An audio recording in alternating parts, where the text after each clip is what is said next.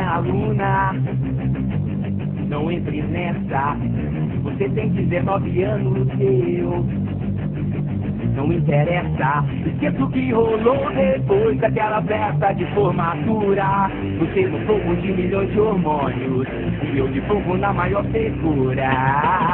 Eu resisti um ano inteiro, fiquei na minha, vendo você na primeira fila de mini saia e sem calcinha. Deixei de agir como um profissional no exato momento em que rolou aquela prova oral aplicada no estacionamento. Já descuidei alguma coisa que está fora do normal.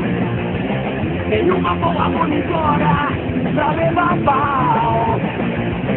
Tiveram de joelho, dá o seu pé, sem me chega.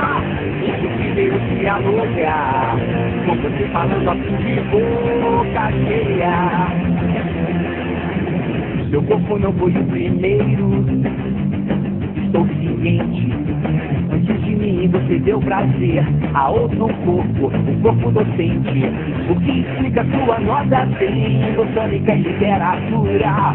Menina, te conheço bem, já explorei toda a sua cultura.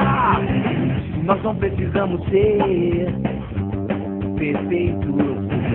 Me guarde na sua lembrança, na minha vou guardar que eu participei. Eu tenho filhos, tenho mulher e não quero ter uma segunda.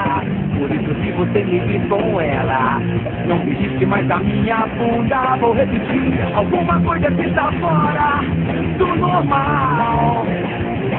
Nenhuma boa monitora pra levar pau. Tiver não fiz de joelho, dá o seu pé, ele me chateia. Isso me deu que alugar, com você falando assim, de boca cheia.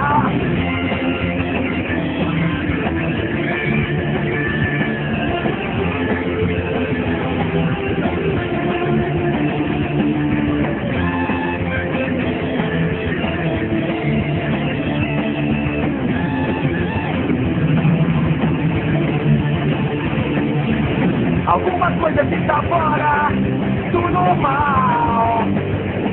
Nenhuma boa monitora pra levar pau. Mas não se não tem a verdade, quem não quer se calar.